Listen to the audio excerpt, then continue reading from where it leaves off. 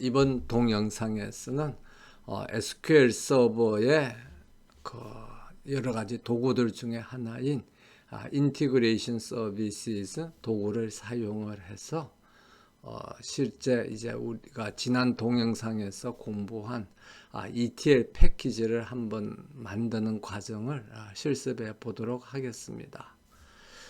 그래서 먼저 우리가 실습을 하기 전에 우리가 앞으로 하게 될 시스템 내용에 대한 전반적인 내용을 개략적으로 한번 살펴보도록 하겠습니다.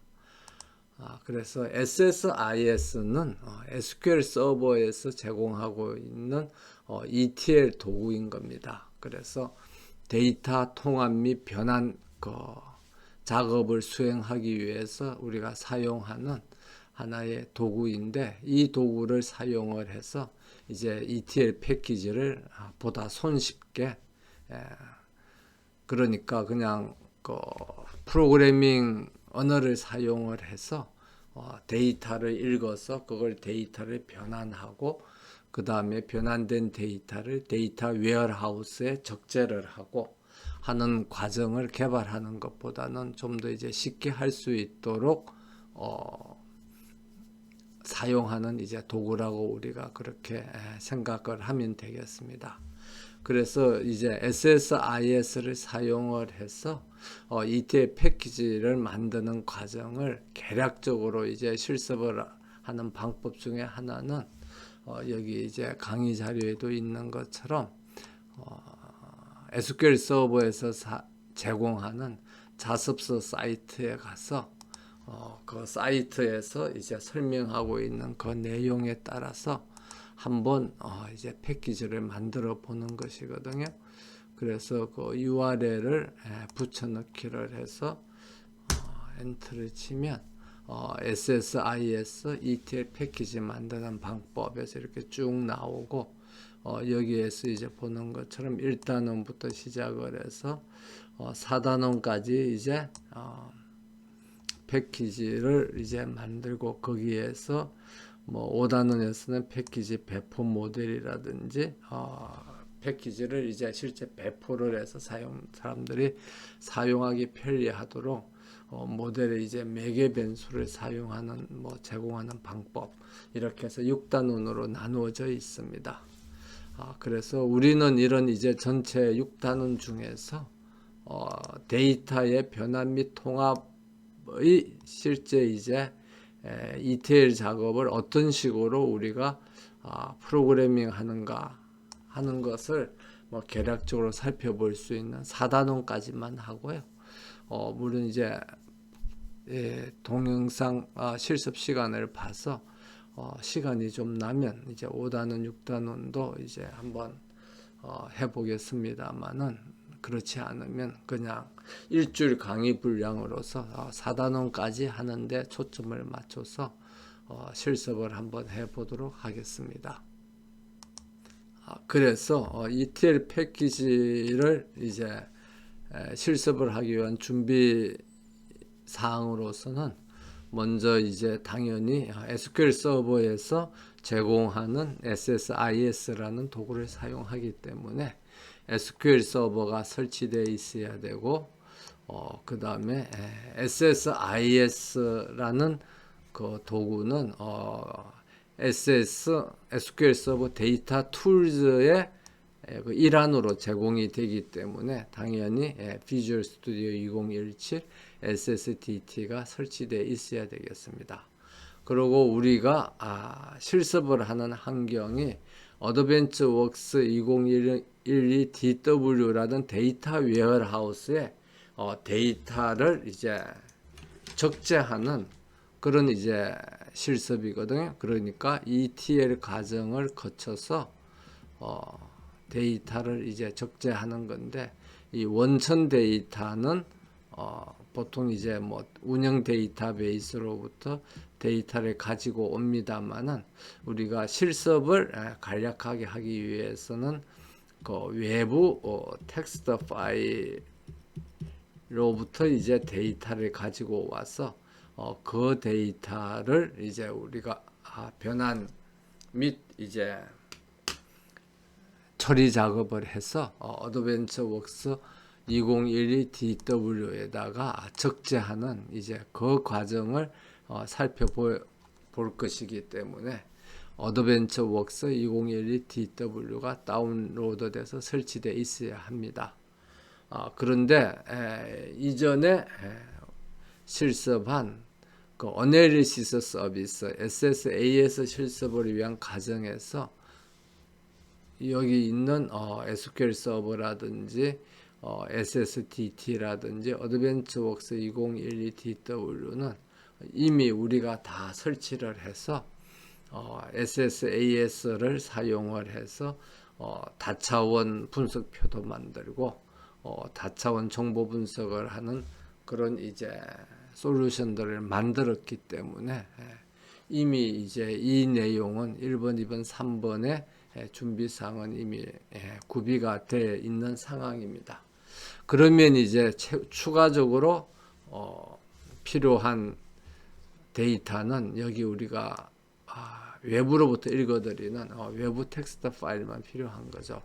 그래서 샘플 커런시 데이터.텍스트를 이제 사용을 해서 ETL 작업을 실행을 하게 되겠습니다. 그래서 이런 샘플 데이터는 튜토리얼에 가도 있고 그 다음에 이제 강의 자료에도 올려 놓을 것이기 때문에 뭐 강의 자료에 있는 데이터를 다운로드 받아서 사용을 해도 되고 아니면 자습서 사이트에 가면 그 자습서에 샘플 데이터들이 어디에서 다운 받을 수 있다는 링크가 있을 거기 때문에 거기서 이제 다운을 받아도 되겠습니다.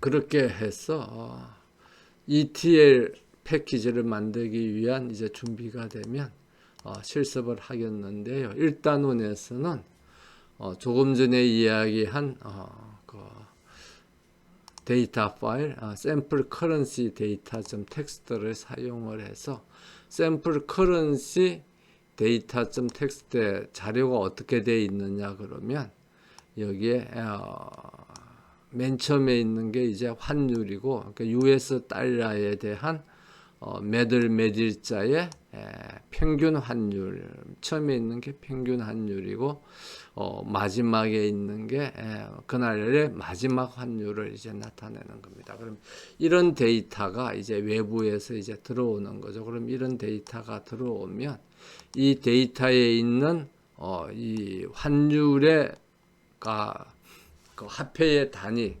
여기서는 이제 US 달러죠. 그러니까 US 달러하고 그 다음에 그 날짜를 찾아서 해당되는 그 환율이 그 US 달러에 대한 그 화폐 단위 무엇에 대한 어느 날짜의 그 데이터인가를 추가를 해서 데이터 웨어하우스에 기록을 하는 작업입니다. 그래서 이걸 먼저 추가하기 위해서는 화폐 단위를 확인하기 위해서는 화폐 단위를 기록해 놓은 차원 테이블이 dim currency가 있었습니다. 그래서 그 dim currency하고 우리 지금 읽어드리는 이 파일에 있는 이 두 번째 칼럼에 있는 이 값하고 이거를 이제 비교를 해서 US 달러면 US 달러에 해당하는 dim currency에서 사용하는 키를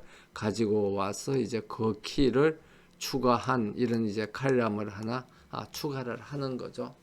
그 다음에 여기 이제 날짜가 있으면 2005년 7월 1일에 해당하는 그 날짜를 어디서 찾느냐 하면 dim date 그러니까 날짜를 나타내는 차원 테이블에서 찾아가지고 그 해당 날짜의 그 키를 dim date 테이블에 있는 데이트 키를 찾아와서 여기에다가 이렇게 추가를 하는 겁니다. 그래서 외부에서 읽어드린 데이터는 그냥 일반적인 형식으로 들어오는데 거기에다가 우리가 뭘 추가를 하느냐 그러면 차원 테이블에 키를 찾아서 이제 외부에서 입력된 데이터에다가 추가를 하는 거죠. 그 작업이 이제 1단원의 작업인 겁니다. 그러면 이제 외부에서 우리가 받아들인 데이터도 실제 이제 DW에서 하나의 테이블로서 우리가 저장을 하고 그 다음에 데이터 분석을 위해서 사용을 하는 거죠. 그런데 그렇게 사용을 하기 위해서는 그 외부에서 받아들인 데이터에서는 그냥 화폐 단위를 그냥 US 달러, 그 다음에 날짜를 뭐 2005년 7월 1일 이렇게 그 기록을 해 놨는데, 이런 값들을 뭐하고 비교해서 그 해당되는 값을 불러와야 되느냐 하면, 데이터 웨어하우스에 있는 차원 테이블에 있는 그 차원 테이블의 키를 찾아가지고 그 키를 여기다 이제 추가를 해줘야 되는 거죠. 그렇게 추가를 해줘야 나중에 우리가 작업을 할 때 이 테이블이 그 차원 테이블의 어떤 그 주키하고 그 관계가 있다는 것을 맺어서 이제 올바로 데이터 분석을 할 수가 있습니다. 그래서 이렇게 차원 테이블의 주키를 찾아서 추가해 주는 것이 이제 1단원의 작업인 것입니다. 그래서 이제 1단원의 작업이 성공적으로 이루어지면 샘플 커런시 데이터.텍스트에는 US 달러에 대한 이제 환율 하나만 들어가 있는데, 그 하나의 그 환율 화폐 단위에 대한 환율이 아니라 어드벤처 웍스라는 그 기업이 이제 활동을 하는 그런 그 관련된 모든 국가의 환율 자료를 다 받아가지고 그 환율 자료들을 이제 New Fact Currency Rate라는 팩트 테이블을 이제 하나 만드는 거죠. 그 하나를 만드는 게 2단원의 작업이 되겠습니다. 그래서 1단원은 우리가 2단원에서 할 내용을 먼저 이제 샘플 커런시 데이터에 대해서 한번 그 적용을 프로그래밍을 한번 해본 거고, 그래서 1단원에서 오류 없이 모든 것이 잘 이루어졌기 때문에 그 자료를 가지고 이제 2단원에서는 이제 모든 화폐 단위에 대해서 그 데이터를 읽어서 그것에 대한 그 커런시 키, 화폐 단위의 키와 날짜 키를 이제 추가를 해서 그 추가된 데이터를 이제 그 환율에 대한 사실 테이블, 팩트 테이블이죠. 팩트 테이블을 이제 만드는 과정이 되겠습니다. 그래서 2단원에 사용할 데이터는 여기에서 보는 것처럼 뭐 커런시 ARS, 뭐 커런시 오스트레일리아 달러, 그 다음에 뭐 커런시 브라질, 커런시 캐나다, 뭐 이렇게 쫙 이렇게 여러 국가의 화폐 단위가 다 들어가 있습니다. 그렇기 때문에 이런 이제 여러 개의 텍스트 파일을 읽어서 한꺼번에 처리하도록 하는 것이 이제 2단원의 작업이죠. 그래서 1단원의 작업하고 다른 것은 1단원의 작업은 샘플 커런시 데이터.텍스트라는 한 개의 파일만 읽어서 그것을 이제 변환을 해서 데이터 웨어하우스에 적재하는 작업이었는 것에 반해서 2단원의 작업은 이제 여러 파일들을, 그러니까 여러 화폐 단위에 대한 환율을 기록한 이제 여러 개의 파일을 읽어서 그것을 반복해서 처리를 해서 그 데이터 웨어하우스에 있는 팩트 테이블에다가 데이터를 적재하는 그 과정 작업이 2단원의 작업이 되겠습니다. 그리고 3단원의 작업은 이 ETL 프로그램이 이제 완료가 되고 나면 우리가 그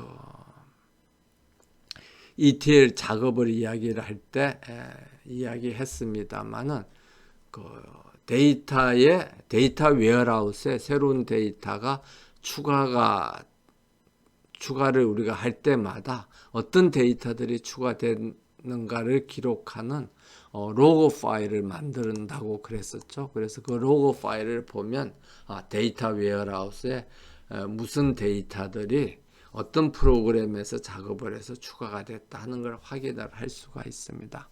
그래서 그 작업 로그를 확인할 수 있도록 그 이제 로그 파일을 만드는 과정을 살펴보는 것이 이제 3단원의 작업인 겁니다.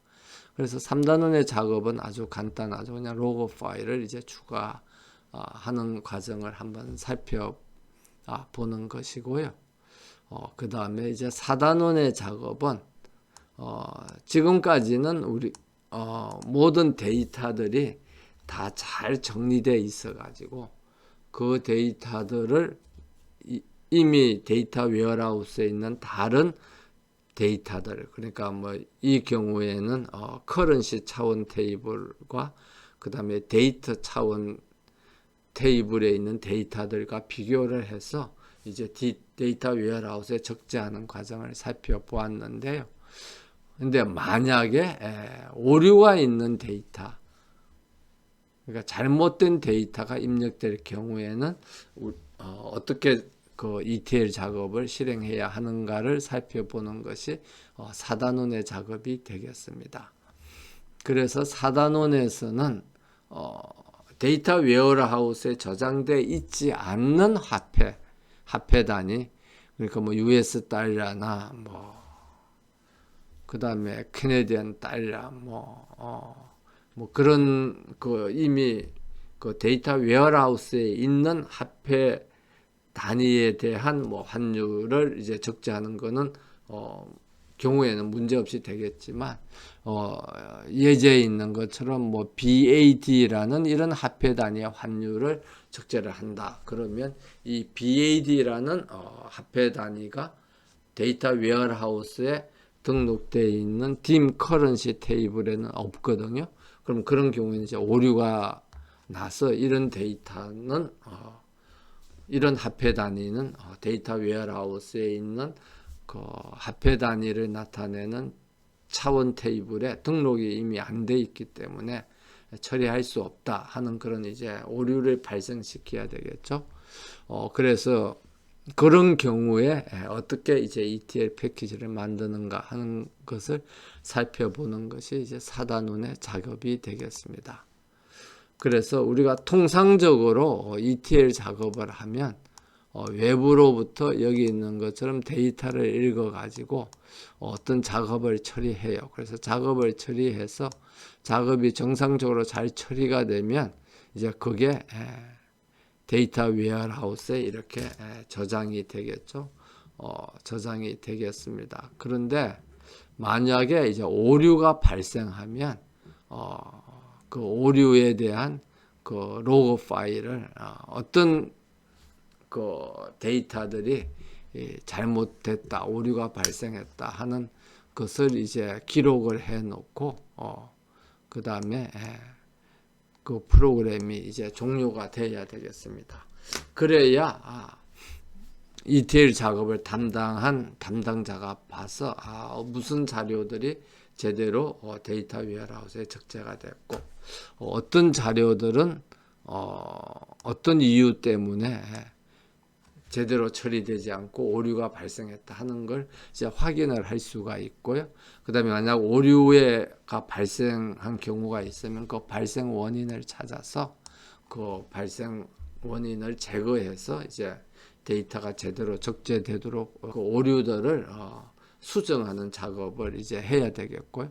그리고 그런 작업을 통해서 앞으로는 데이터 오류가 발생하지 않도록 그렇게 이제 원천 데이터를 운영 데이터베이스나 외부의 뭐 텍스트 파일이나 다른 형태로 받아들일 때 사전 ETL 작업을 하기 전에 데이터의 검증 과정을 이제 제대로 거칠 수 있도록 그런 그 준비를 해서 ETL 작업을 이제 해야 되겠습니다. 그래서 그런 것이 이제 일반적인 이제 절차인데 그런 이제 오류가 있는 경우까지 ETL 패키지를 우리가 만들 때는 어떻게 그 오류를 그 검증하는 그런 그 작업을 ETL 패키지에 추가해야 되고, 그렇게 추가할 때 그 ETL 패키지가 어떤 형태대로 구성이 되고 나중에 그것이 이제 활용될 수 있는가 하는 것을 이제 4단원에서 살펴보겠습니다.